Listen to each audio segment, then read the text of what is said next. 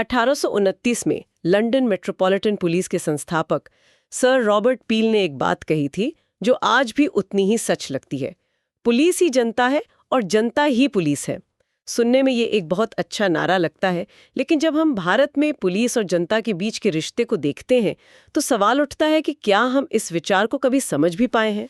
ये एक बहुत बड़ा सवाल है, क्योंकि ये सिर्फ एक लाइन नहीं है, ये पुलिसिंग का एक पूरा दर्शन है, एक पूरी फिलॉसफी है। बिल्कुल। ये कहता है कि पुलिस कोई अलग, कोई बाहरी ताकत नहीं है, बल्कि समाज का ही हिस्सा है। बिल्कुल, जिसे समाज ने ही कुछ खास जिम्मेदारियां दी हैं। और आज हम इसी दर्शन की गहराइयों में उतरने वाले हैं। हमारे पास कम्युनिटी पुलिसिंग पर कुछ बहुत ही दिलचस्प रिसर्च और केस स्टडीज हैं जो ये समझने में मदद करती हैं कि पुलिस और जनता के बीच भरोसे का रिश्ता कैसे बनता है और ज्यादातर मामलों में कैसे टूटता है। बिल्कुल, और कहानी की शुरुआत होती है सर रॉबर्ट पील के उसी मूल विचार से, जब वो कहते हैं कि जनता ही पुलिस है।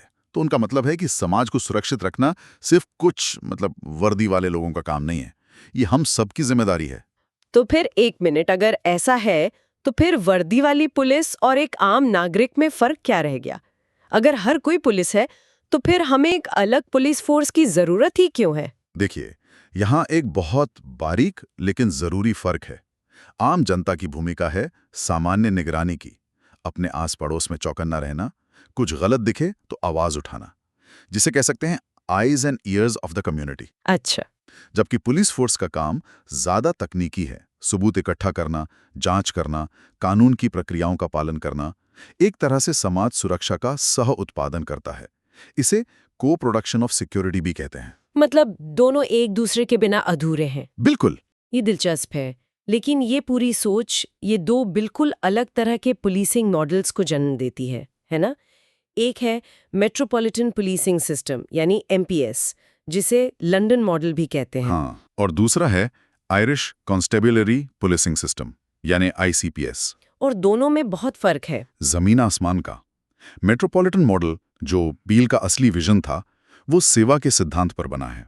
इसका लक्ष्य है जनता का विश्वास जीतना, अपराध को होने से रोकना और कानून का समर्थन करना, अपहोल्डिंग द लॉ। और दूसरा वो आयरिश मॉडल, वो बिल्कुल उल्टा है।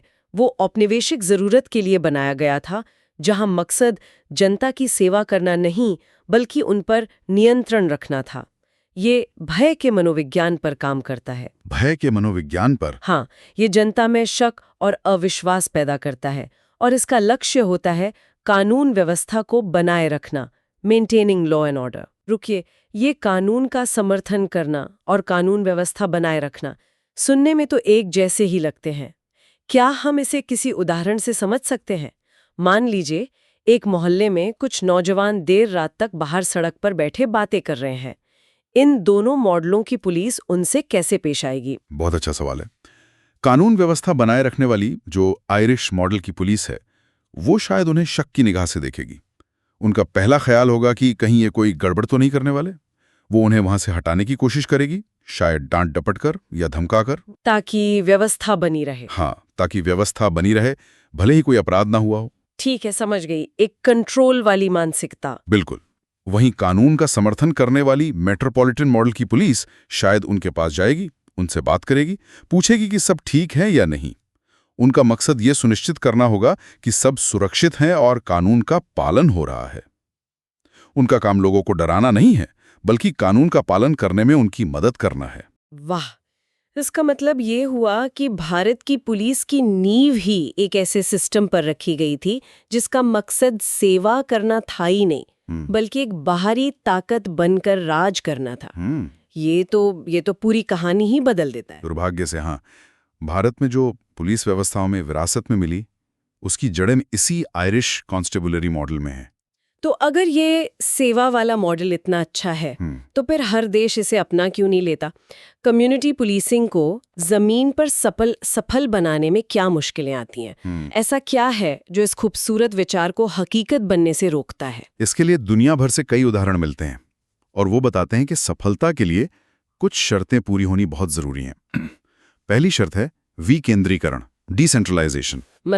मतलब फैसले लेने की ताकत सिर्फ ऊपर बैठे बड़े अफसरों के हाथ में ना हो, बल्कि स्थानीय स्तर पर थाने के लेवल पर भी हो। क्या दुनिया में ऐसे देश हैं जिन्होंने ये करके दिखाया हो या कोई जो इसमें बुरी तरह फेल हुआ हो? बिल्कुल।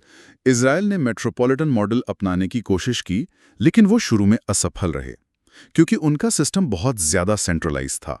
हर छोटे बड़े फैसले के लिए ऊपर से ऑर्डर आता था। अच्छा। वहीं दूसरी तरफ जापान ने विकेंद्रीकृत थ्योरी जेड को अपनाया।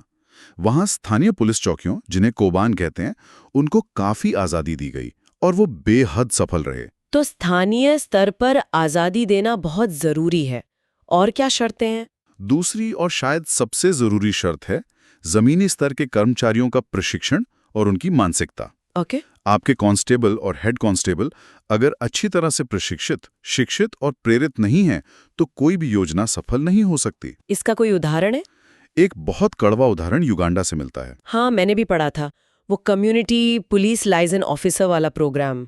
वही, ये प्रोग्राम कागज पर बहुत अच्छा था, लेकिन बुरी तरह फेल हो गया। और वजह बहुत चौंकाने वाली थी। जब पुलिस वालों को जनता के साथ मिलकर काम करने के लिए कहा गया, तो उन्हें खुद असुरक्षित महसूस होने लगा। असुरक्षित क्यों? उन्हें लगा कि अगर जनता ज्यादा जागरूक हो गई, अगर वो कानून जानने लगी, तो समाज में उनका रुतबा और उनकी ऊपरी कमाई वो कम हो जाएगी। अरे, मतलब उन्होंने खुद ही इस योजना को डुबो दिया क्योंकि इससे उनके अपने हित प्रभावित हो रहे थे? बिल्कुल। ये साबित करता है कि अगर आपके सिपाही मानसिक रूप से इस बदलाव के लिए तैयार नहीं हैं, तो सबसे अच्छी योजनाएं भी कागज पर ही रह जाती हैं। और कोई बड़ी शर्त है? हाँ, एक तीसरी बड़ी शर्त है संगठन व्यापी दृष्टिकोण। ये पहल सिर्फ एक छोटी सी यूनिट या एक स्पेशल प्रोजेक्ट तक सीमित नहीं रह सकती। मतलब अगर बदलाव लाना है तो पूरे डिपार्टमेंट को एक साथ बदलना होगा। सही पकड़ा। नीदरलैंड्स में यही हुआ था। वहां कम्युनिटी पुलिसिंग की पहल इसलिए शुरू में नाकाम हो गई क्योंकि इसमें कुछ ही अधिकारी शामिल थे। बाकी के अधिकारी जो पारंपरिक पुलिसिंग करते थे, वो इनका मजाक उड़ाते थे। मजाक उड़ाते थे? हाँ, उन्हें बीटनर्स या सामाजिक मनोवैज्ञानिक जैसे नामों से चिढ़ाते थे। सोचिए, जब संगठन के अंदर ही सम्मान ना हो, तो बाहर जनता के साथ विश्वास कैसे बनेगा? ये सब सुनकर तो डर लग रहा है। केंद्रीकरण, ट्रेनिंग की कमी, संगठन के अंदर ही मतभेद, ये सब तो ऐसा लगता है जैसे ये भारतीय पुलिस सिस्टम की ही कहानी है। क्या हमारी रिसर्च इस बारे में कुछ बताती है? आप बिल्कुल सही जगह पर पहुंची हैं।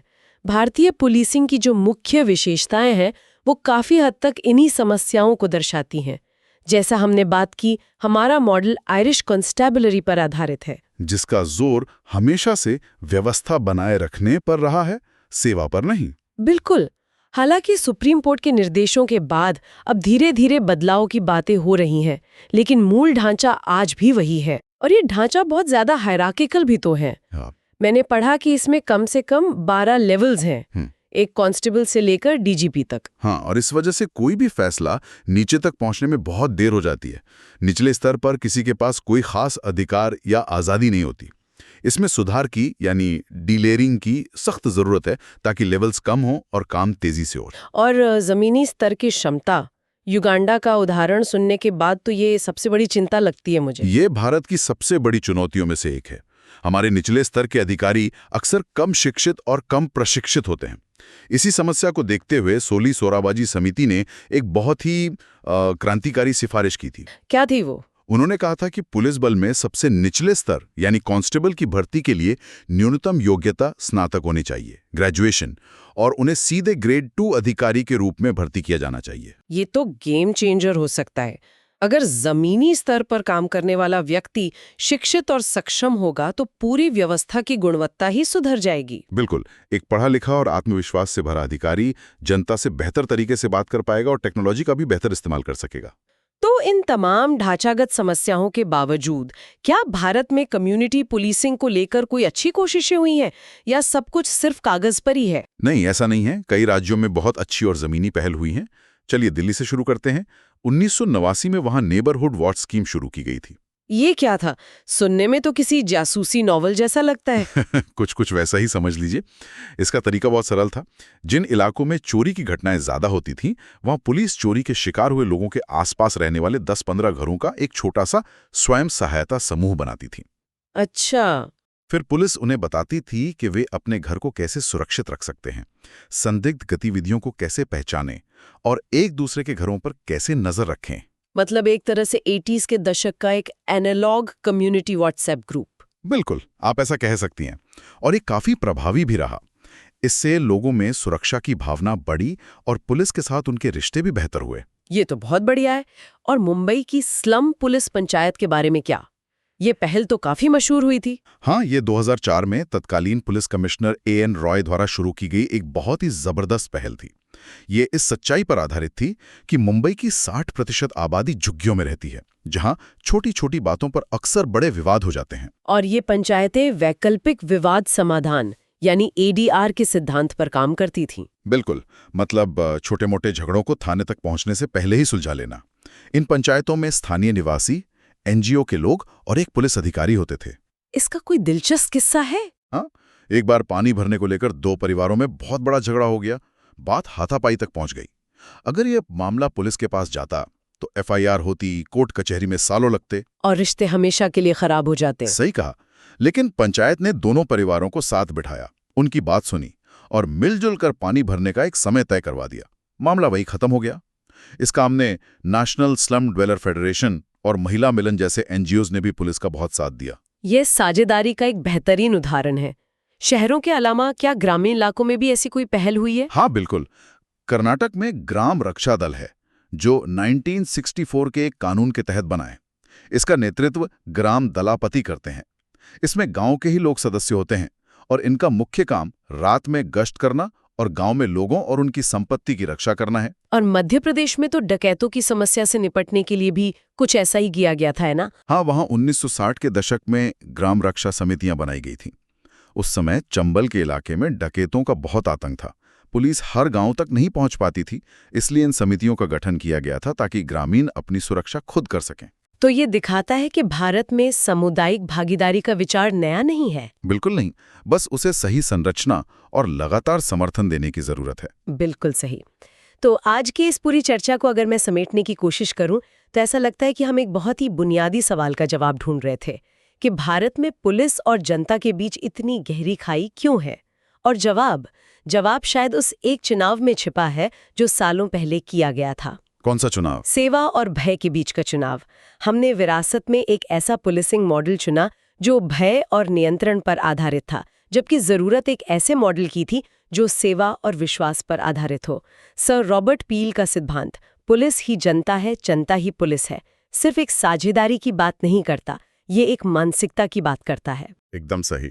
और जब तक ये मानसिकता नहीं बदलती, तब तक कम्युनिटी पुलिसिंग जैसी पहलें कुछ अच्छे अफसरों के व्यक्तिगत प्रयासों तक ही सीमित रह जाएंगी, एक संस्थागत बदलाव नहीं बन पाएंगी। सफलता के लिए स्वायत्तता, विकेंद्रीकरण, सही प्रशिक्षण और पूरे संगठन की भागीदारी जरूरी है। बिल्कुल। और भारत के उदाहरण दिखाते हैं कि जब भी ये कोशिशें ईमानदारी से की गई हैं, चाहे वो दिल्ली की गलियों में हो या मुंबई की झुग्गियों में, नतीजे हमेशा अच्छे आए हैं। हाँ, क्योंकि आखिर में हर नागरिक एक सुरक्षित समाज चाहता है और हर पुलिस वाला सम्मान चाहता है।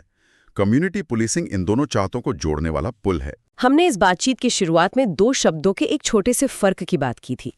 आयरिश मॉडल कानून व्यवस्था को बनाए रखने, मेंटेनिंग पर जोर देता है, जबकि मेट्रोपॉलिटन मॉडल कानून का समर्थन करने, अपहोल्डिंग पर।